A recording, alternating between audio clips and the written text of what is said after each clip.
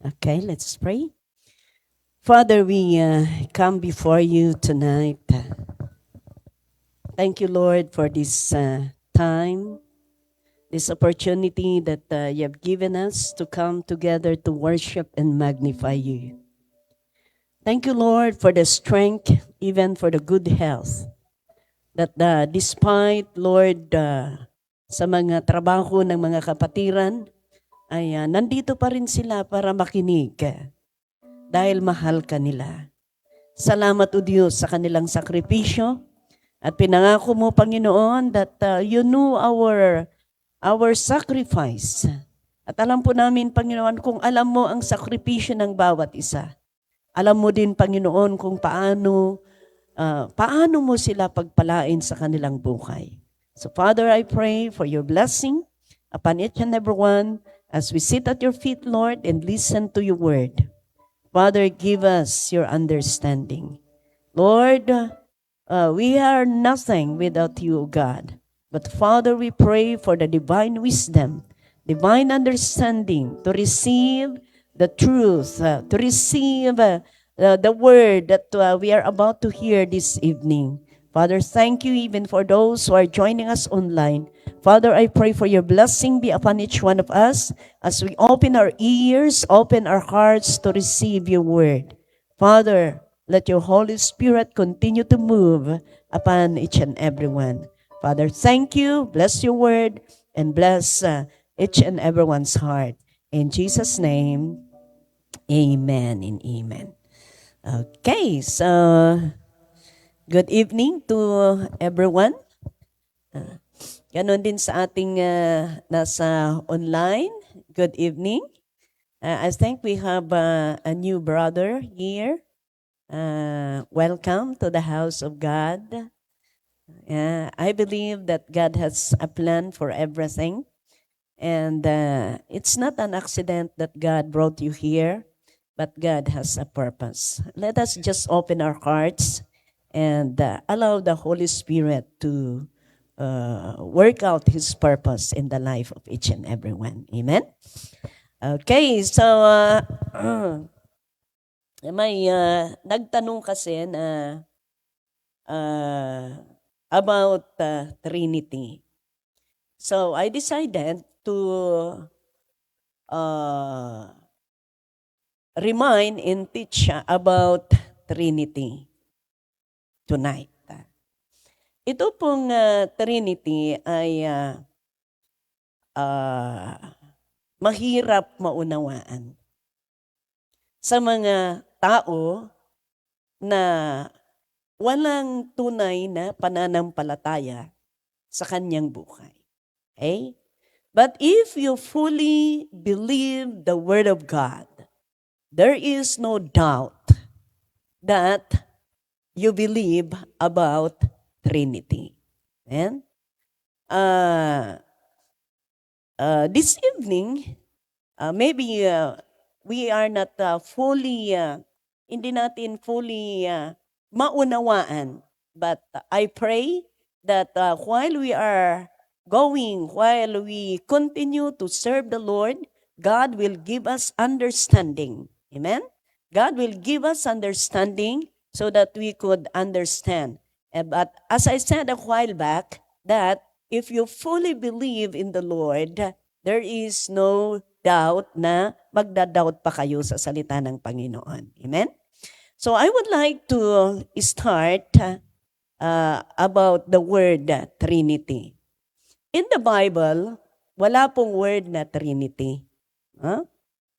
But this word Trinity refers to the foundational Christian belief that there is one God who exists eternally and three distinct co-equal person. Yeah? Ito po ay paniniwala that there is one God. Yeah? May isang Diyos, pero nag-i-exist siya ng tatlong three distinct but co-equal person. At ano yon? God the Father, the Son, and the Holy Spirit. Sino naniniwala na ang Diyos, the Father is a perfect God? The Son is a perfect God. The Holy Spirit is a perfect God. Oh, so no problem. Huh? But let us see, Tingnan natin sa salita ng Panginoon para at least man lang kahit hindi yung fully na maunawaan natin, but I believe that God will give us more understanding. Amen? Even in the Old Testament, in the beginning of time, in the beginning of the Bible, the Trinity, the three person exists already. Yeah? Doon sa Genesis chapter 1, verse 1 to 3. Kita natin doon. Saan ako magbabasa? Ayan pala. Okay. Sabi niya, in the beginning, God created the heavens and the earth. Okay. Now the earth was formless and empty. Darkness was over the surface of the deep. And the Spirit of God was hovering over the waters. Kaya, tingnan natin doon sa verse 1, sabi niya, in the beginning, God created the heavens and the earth. Tapos tingnan ninyo doon ang heavens, sabi niya. Di ba? Heavens. Pero ibang lesson na naman yan. So, ibig sabihin, hindi iisa ang heaven. So, in the beginning, God. So, there is God.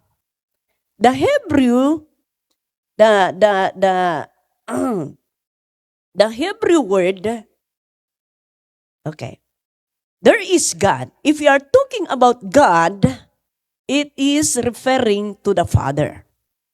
Okay? Referring to the Father. So, makita natin doon sa verse, okay, that God created heavens and the earth. Tapos sa verse 2, makita natin doon that there is a darkness was hovering the surface of the deep. Yeah? Sabi niya, ang earth was formless. Walang forma. Empty. Tapos, darkness was hovering the surface of the deep. Yeah? Kukuburan ng darkness. Sabi doon, sa susunod, in the Spirit of God. You see? There is a Spirit of God was hovering over the waters. So the Father is there. The Spirit is there. Yeah? And verse 3. And God said,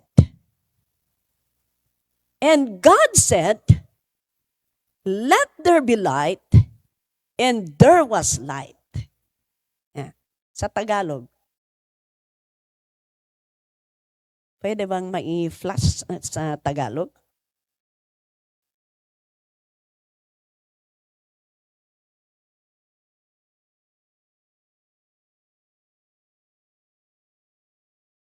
Meron? Ayan. Sinabi ng Diyos, magkaroon ng liwanag at nagkaroon nga ng liwanag. So, God spoke. God said, sa English, God said, magkaroon ng liwanag, let there be light, and there was light. And because of that word, all were created. Okay. Kaya, tingnan natin yung word dito. Yung God said. Doon sa New Testament, para mas maunawaan natin, ano?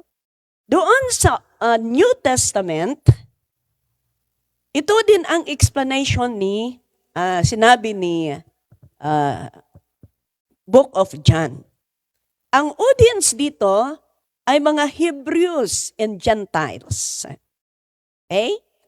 So, sa John chapter 1, verse 1 to 3 din. So, ito. In the beginning, you see? Doon sa Old Testament, in the beginning din. Okay. In the beginning was the Word. In the beginning was the Word. Itong word na ito, yung sabi ng God, and God said, God spoke. Yung salita na yon, yan ang word dito. Yan ang word dito. And the Word was with God. You see, ito ang Word, ito ang God, and the Word was with God. With. So makita natin dito na ibang persona ito, iba ito. Hindi naman pwede na iisa ito. Kasi sabi niya, the Word was with God, the Father. Okay? So tingnan natin. Sabi niya, and the Word was God. So yung salita na yon, yung salita na yon ay with God. And the Word was God. So yung word na yan, God din. So makita natin that the Father, the Holy Spirit nandyan, in the word that was spoken, in the Word was with God, in the Word was God. Tingnan nga natin kung ano yung word na yan. Verse 3. Ito. Through Him. You see, yung word naging Him. Nakita ninyo? Yung word naging Him. And all things were made. Without Him, nothing was made that has been made. Through Him. Sa pamamagitan niya, all things were created. Mahirap maunawaan, ano? Pero nauunawaan yan. Okay. Let's go to verse 12. The same kwan.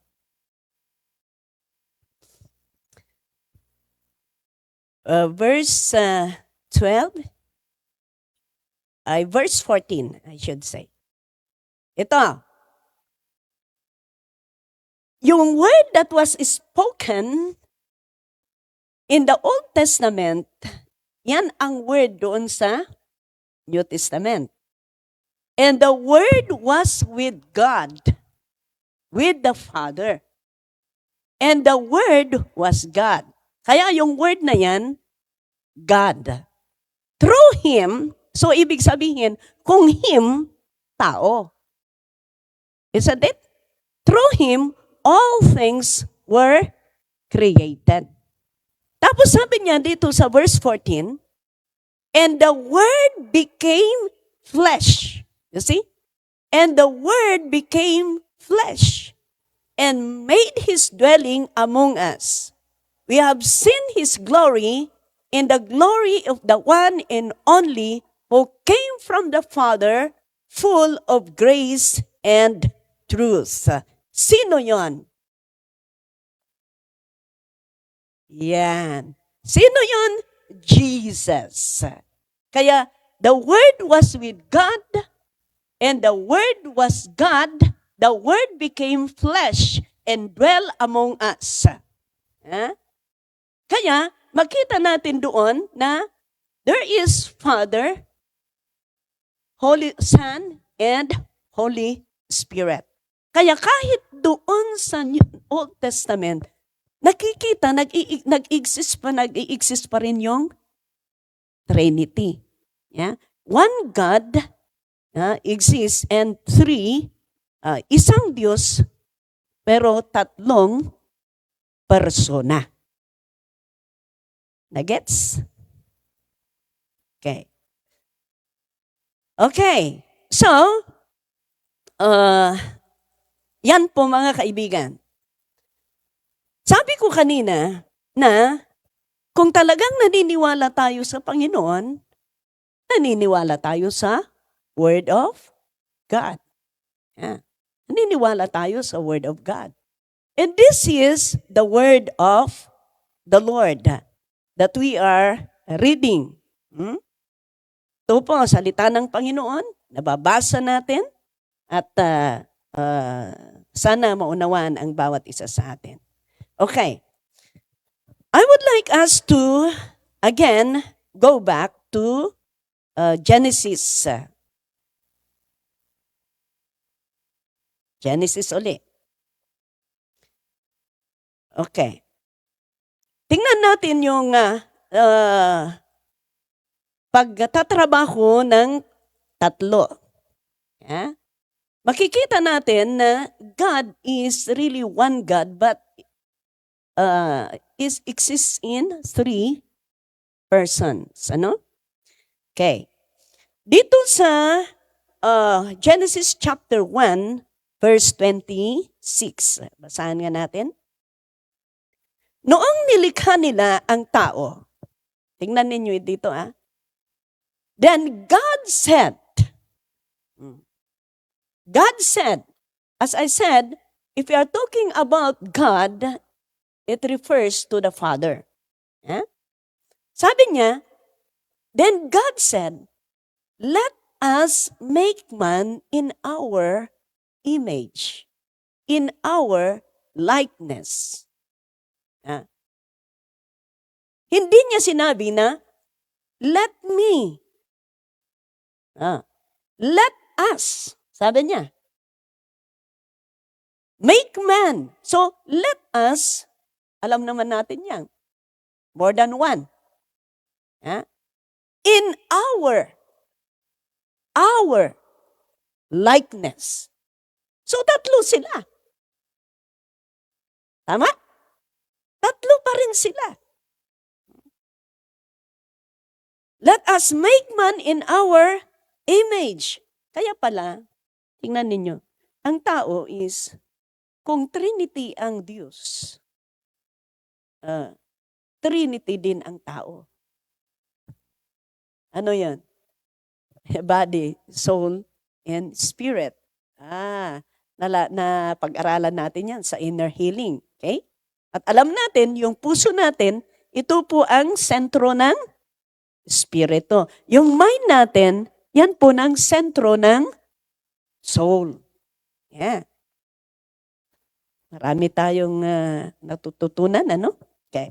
So makita natin dito sa verse na ito na ayan yung tatlo. Nandoon sila. Another is Genesis chapter 3 verse 22. And the Lord God said, the man has now become like one of us. One of us. Kagaya, katulad natin. Katulad natin, sabi niya. So, nandoon na naman sila. Nandoon na naman sila. Hindi niya sinabi na, katulad ko. O hindi niya sinabi na, gagawin ko ang tao na kawangis ko. Kundi sabi niya, gagawin natin ang tao na kawangis natin. Genesis chapter 11, verse 7. Gusto ko lang ipakita sa inyo na talagang may Trinity. At ang tatlong ito ay nagkakaunawaan sila. Ang tatlong ito, ang movement nila at ang will nila ay iisa ang movement at will nila. Ha? Ganon, walang nagbabanggaan. Kaya, Trinity, Tri-unity. Tatlong nag-unity. Walang banggaan, kundi iisa ang movement nila, iisa ang will nila. Okay. Genesis chapter 11 verse 7. Uli, alam niyo yung nag-build up sila ng mga ng story, ng tower nila. Nakita ng Diyos. Kaya sabi niya, makita niya yung mga tao, talagang kung walang imposible kung talagang magkakaisa sila. Yeah. Pero kasi, ang plano nila hindi maganda. Binibuild up nila yung pride nila. Dahil, ang pride nila ang kanilang binibuild up. Kaya tingnan niyo yung mga tower na yan, it represent pride. Kaya tingnan niyo yung mga nasyon, pataasan ng tower. Yeah. Sino ang pinakamataas ng tower ngayon?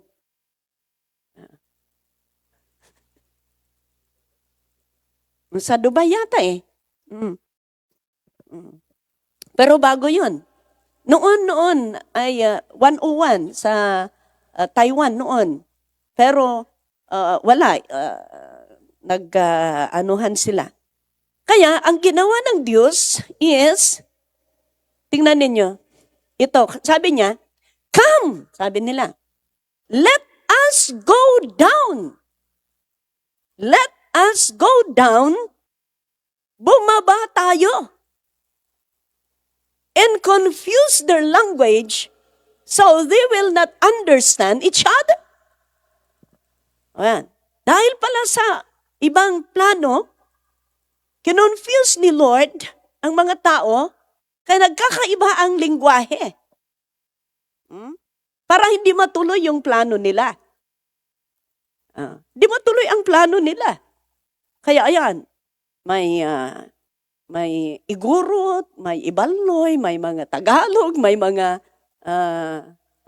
Bisaya, o tuloy, ayan, nag-uumpukan siguro, habang nauunawaan nila, ay tayo ang magkasama, ganun siguro. Nung napapakinggan nila, ay ikaw ang kagrupo ko. Kaya ayan, pumunta sa Bisaya. But the reason is because of the negative plan. Yan.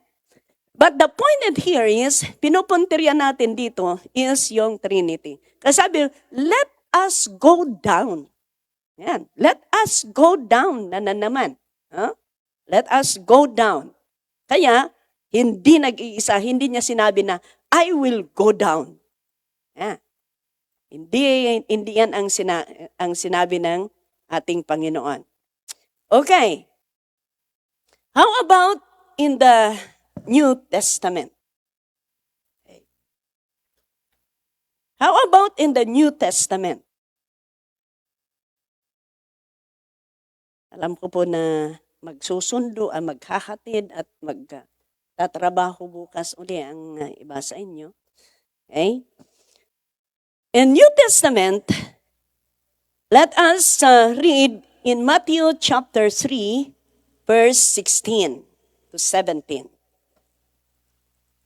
This is the baptism of Jesus.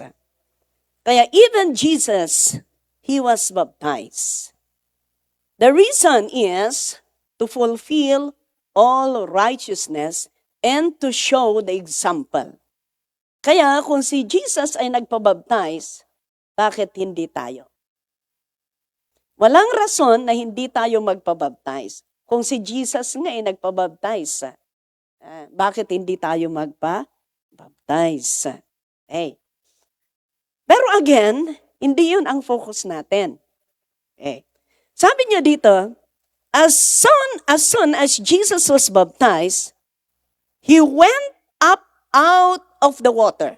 So makita natin dito, ang baptism, kailangan you will go out from the water. Hindi pwede yung wisik-wisik. Hindi pwede yon. Ang baptism, you need to really immerse.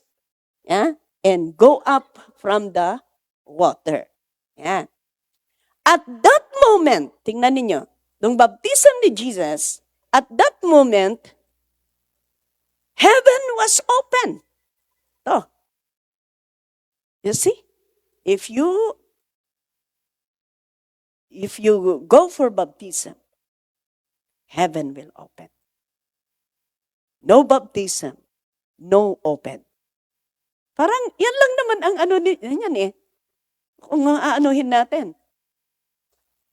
If you baptize, then the heaven will open. And he saw the Spirit of God.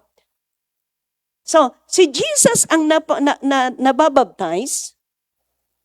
Tapos, noong siya'y lumabas doon sa tubig, nag-open yung heaven, and saw the Spirit of God descending like a dove. So Jesus nababaptize, the Spirit is there like a dove lighting on him. Okay? So you see, if you are baptized, then the Spirit of God will come upon you. Yeah? Spirit of God will come upon you. Next verse. And a voice from heaven. May voice sa heaven. Kaninong voice yan? God the Father. Kasi sabi niya, this is my Son. This is my Son whom I love. With Him, I am well pleased. So makita natin doon, nandoon si Jesus, the Holy Spirit came, the voice from heaven saying, this is my Son. So makita natin, si Jesus nandoon, the Holy Spirit is there, and the voice, the Father is there. Hindi pwede na sasabihin natin na si Jesus ay umakyat doon sa langit at siya ang magsabi ng, this is my Son. Hindi pwedeng yung Holy Spirit ang sasabihin natin na Father na nagsabi na, this is my Son. So makita natin, separate talaga. 3 person talaga. Hindi pwede magsasabi, aakyat si Jesus at siya ang magsabing, this is my Son. Di wala na yung Son doon. Hindi aakyat yung Holy Spirit, babalik yung Holy Spirit, sasabihin, this is my Son. No. Because Jesus is there, the Holy Spirit is there, and the voice is there. It's very, very clear that the Father, the Holy Spirit, and the Son. Amen? Siguro sabi niyo, paano kaya yun?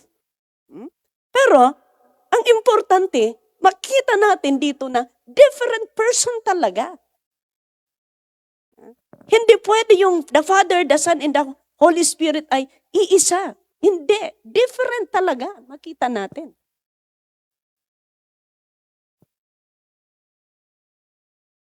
Amen? The same in Genesis. The Father, the God is there. The Holy Spirit is hovering.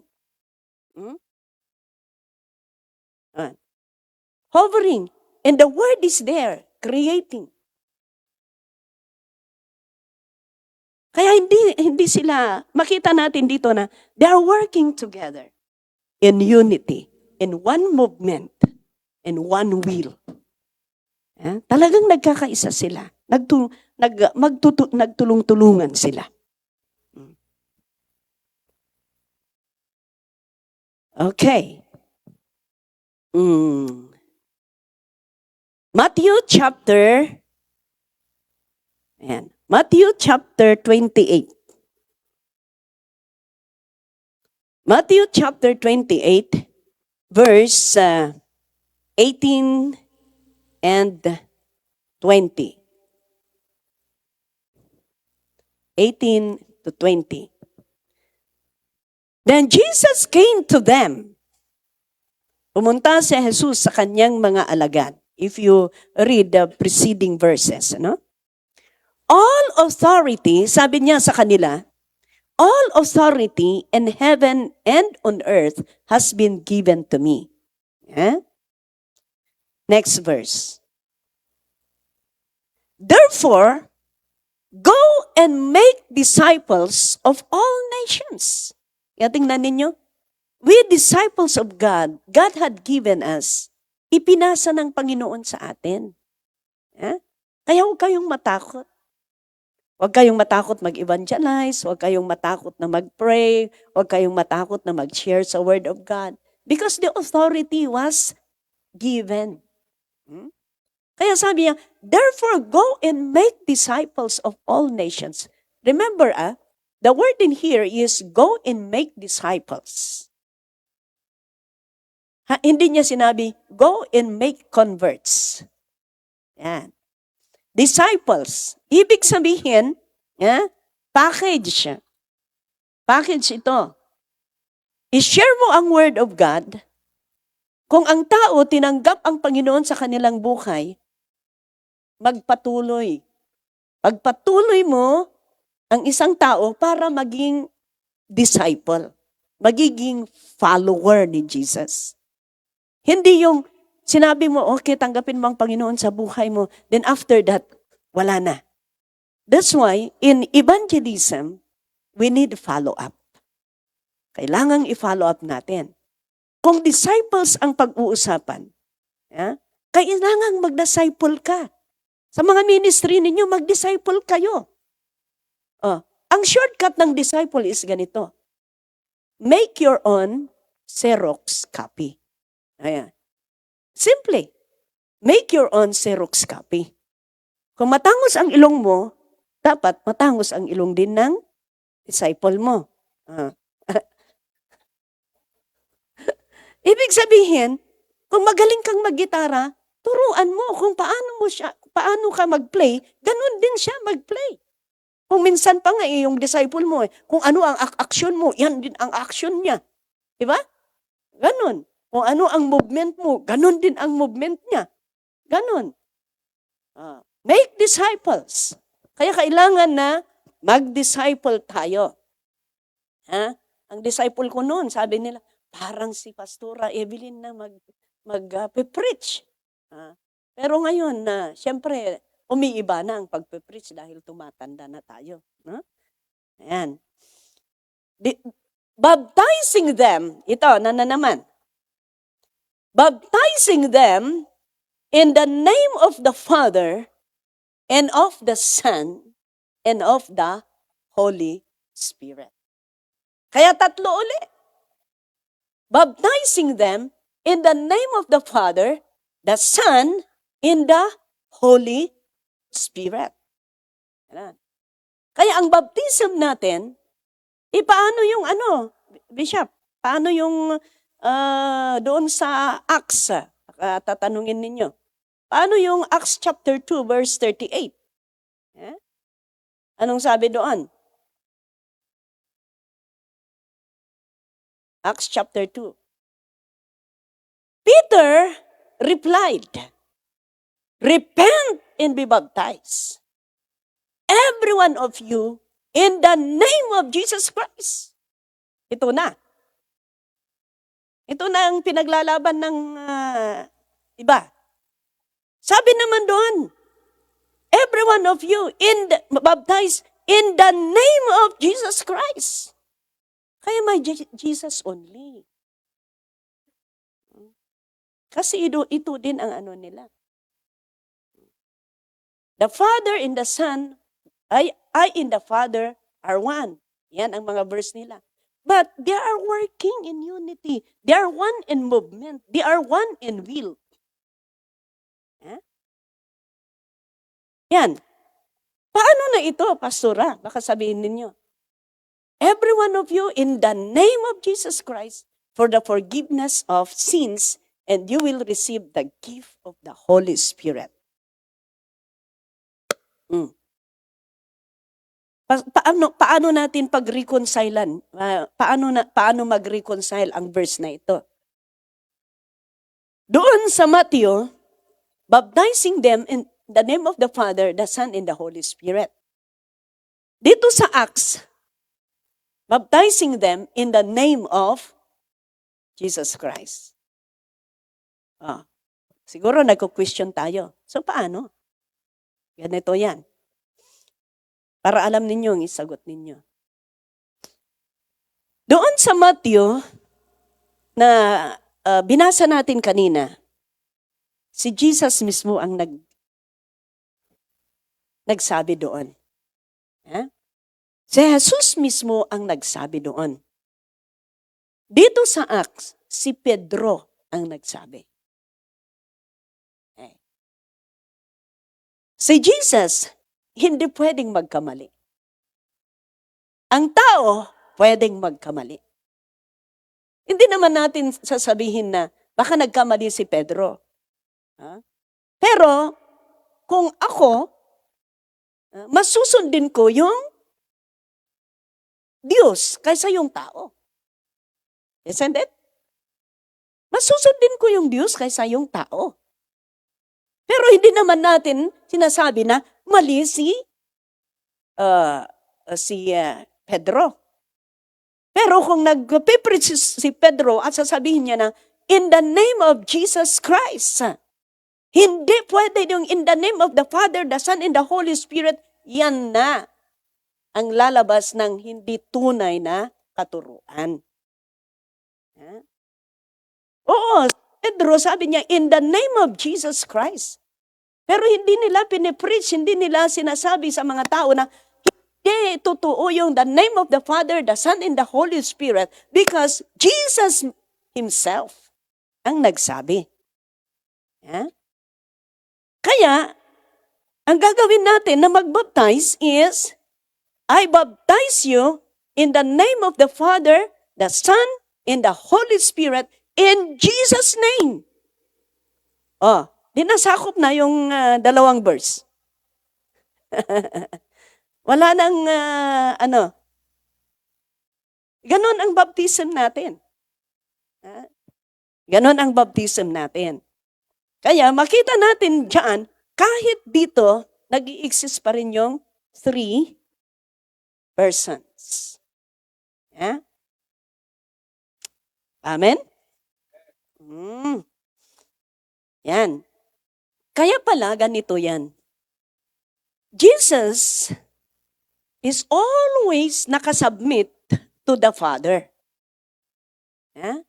Si Jesus talagang dumidepende din sa kapangyarihan ng banal na Espiritu.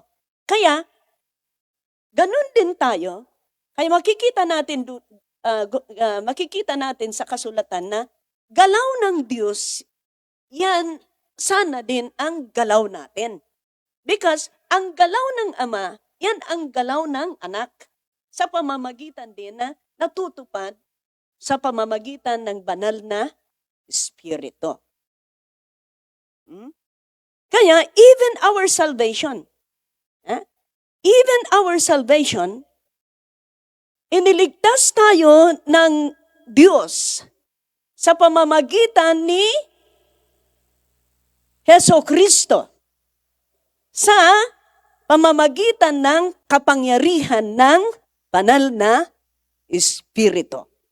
Kaya makita mo, they're working pa rin, working together.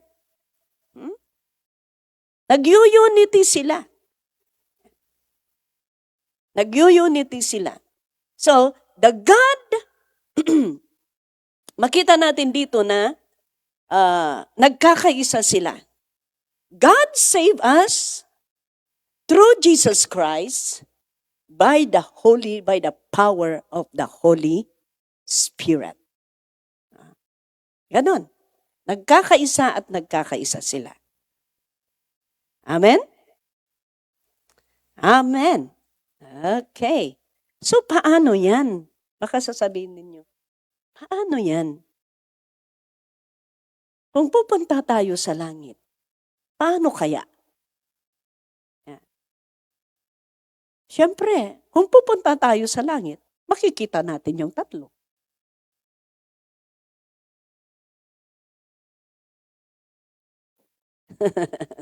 First John chapter 5 verse 7. Mark chapter 16. Muna. Mark chapter 16 verse 19.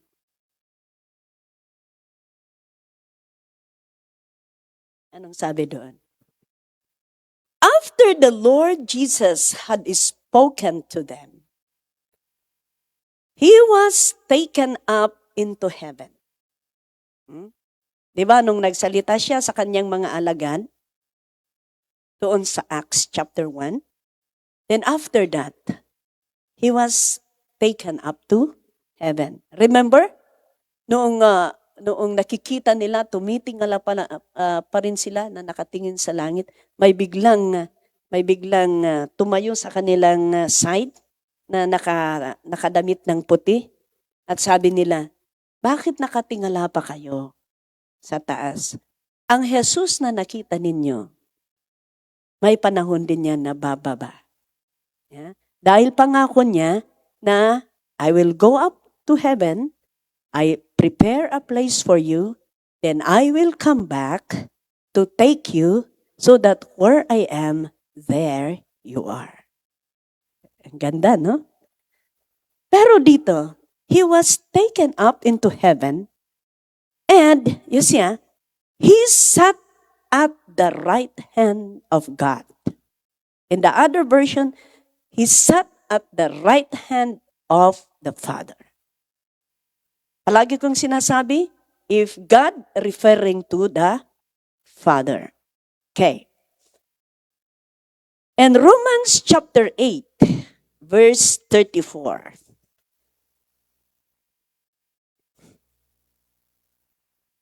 In Romans chapter 8, verse 34. Anong sabi doon? He who is he that condemns?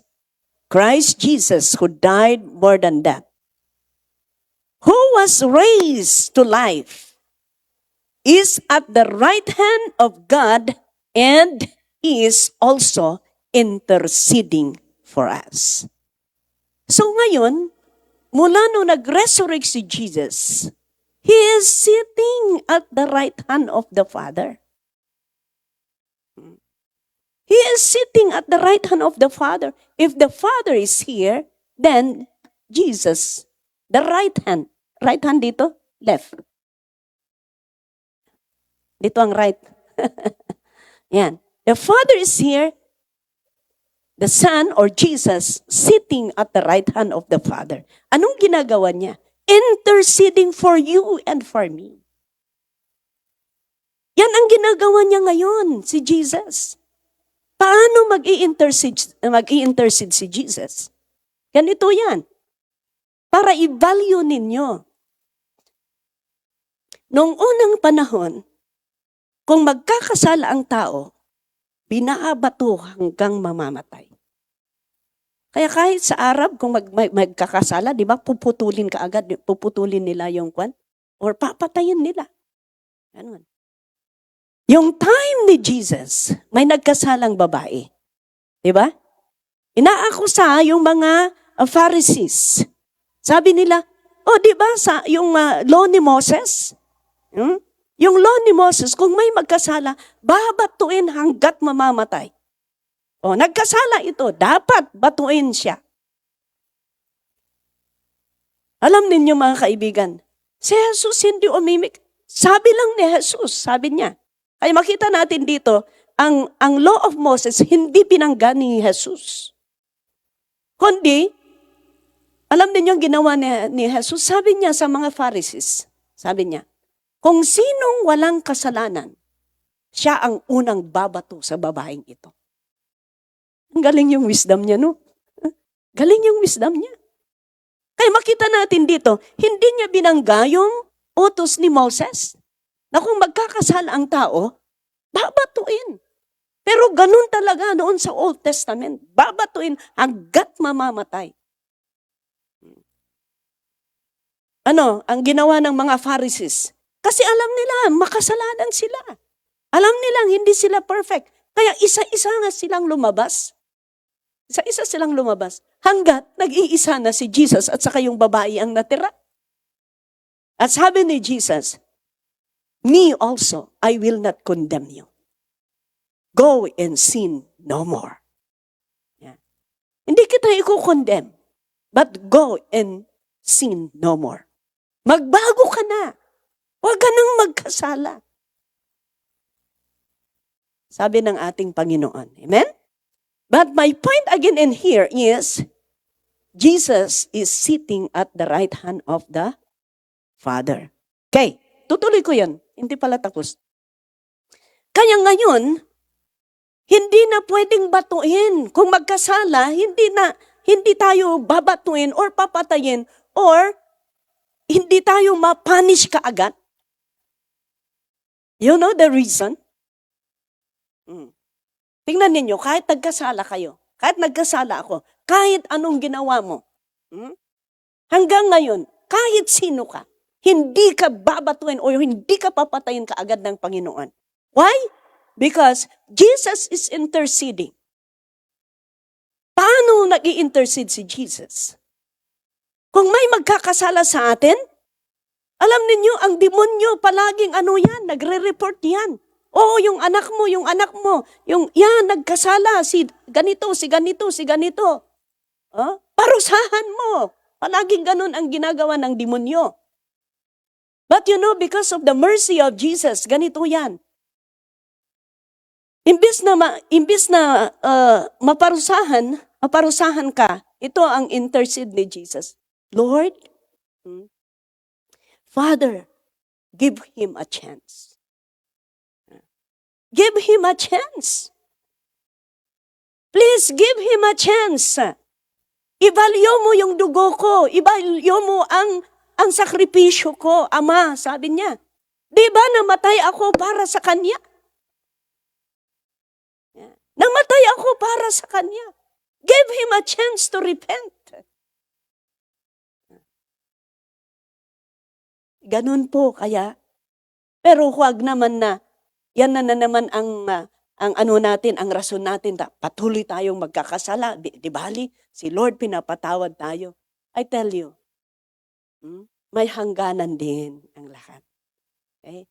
It's good if God will give you a chance. Kasala ka, magkasala ka, ginagawa mo ang gusto mo, dahil alam mo, pinapatawad ka ng Panginoon kung ikaw ay magre-repent. Yes, God can do that. God will forgive you. Pero, ito, may hangganan din ang mercy ni Lord. Hindi lang yun. How about kung nagkasala ka at bigla kang namatay? Wala ka ng panahon na mag-repent. Buti nga kung, my sister was, yesterday, the other day. Yan. Naantay namin ang MRI niya, ang resulta ng MRI niya. Bago ako pumunta dito, okay na yung operation na, okay na. Kasi naputol nga yung 1/3 lang ang natitira sa stomach niya na nakakabit doon sa intestine. Okay niya, pero the problem is, yan, dumating ang resulta ng MRI niya, nalaman ko lang kahapon. The other day, alam ninyo, kailangan daw mag-chemo ng 12 cycles. Nag-chemo siya noon ng 7 cycles, pero 8 sana, pero hindi kinaya yung katawan niya, yung number 8. Ngayon, yung liver niya, nagkalat na yung cancer. The worst is, sabi ng doktor sa kanya, sasabihin ko na ang totoo sa iyo. Sabi ng doktor, ang maximum na kaya ng chemo at medicine is only 3 3.5 years. Kaya nataningan na. Nataningan na ang buhay niya ng 3.5 years. Pero hindi lang yon. Kung kaya ng katawan mo. Depende sa response ng katawan mo. Pero kung hindi niya kaya, ibig sabihin, lesser than that. My point is, maganda sana kung alam mo kung kailan ka mamamatay. Kung alam mo malapit ka nang mamatay, then you try your best na magpakatotoo ka kay Lord. Pero paano kung bigla na? Alam niyo, maakyat ako sa hilltop noon, dun sa Baguio. May sinusundan ko na malaking lalaki. Alam niyo kung bakit? Nung sumusunod ako, sinusundan ko. Tapos, may binili lang ako. Biglang maraming tao na nakaano sa kanya. Na uumpok doon na kung ano yung kan. Tapos nung pinuntahan ko at tiningnan ko, yung sinusundan ko na malaking lalaki, biglang natumba. Biglang natumba. Lumabas ang dugo sa ilong niya. At I think, wala na. Ganun ang buhay. Di natin alam. Di natin alam. That's why the best that we could do is let us prepare our life. Amen? Let us prepare our life. Lastly, so makita natin dito, the Son is sitting at the right hand of the Father. Okay, so nandyan. So how about the Holy Spirit? Ganito kasi yan eh. Sa Old Testament, parang movement ng Father. In the time of Jesus, that is the movement of Jesus. This time is the dispensation of the Holy Spirit. Kaya hindi natin makita si Jesus because He went up and He sent the Holy Spirit. That's why the Holy Spirit is the one who is moving right now. Kaya sabi niya, 2 or 3 gather in my name, I am in the midst of them. The Spirit of God is here, kahit hindi natin nakikita. Hindi natin nakikita ang Holy Spirit. Kagaya yung hangin, no? Kagaya yung hangin, makikita mo na, hindi mo makita yung hangin, pero gumagalaw, ibig sabihin, may hangin. Hindi nakikita ang Holy Spirit, pero nakikita natin kung paano kumilos ang Holy Spirit. Amen? Okay, last verse natin. In 1 John, may I ask King James Version, please? 1 John chapter 5, verse 7.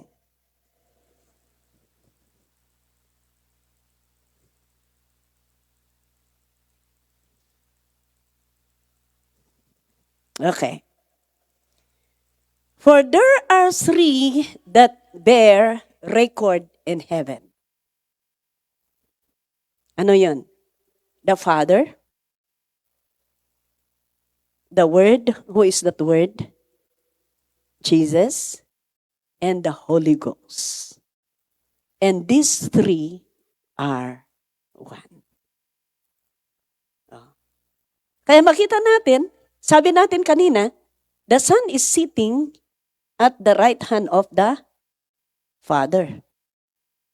Baka yung Holy Spirit nandyan, but we can see them as one.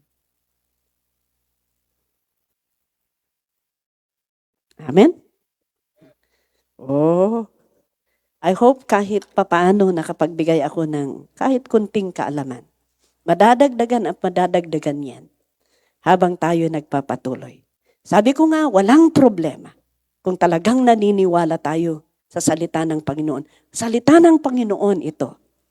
Nakita natin, nabasa natin, napakinggan natin that there is one God that exists and 3 persons. They are working in unity. Their movement is the same. Their will, nagtatrabaho sila. Tatrabaho sila. They are equal, co-equal. Yan. Amen. O, 10 o'clock na. 10 o'clock na. So,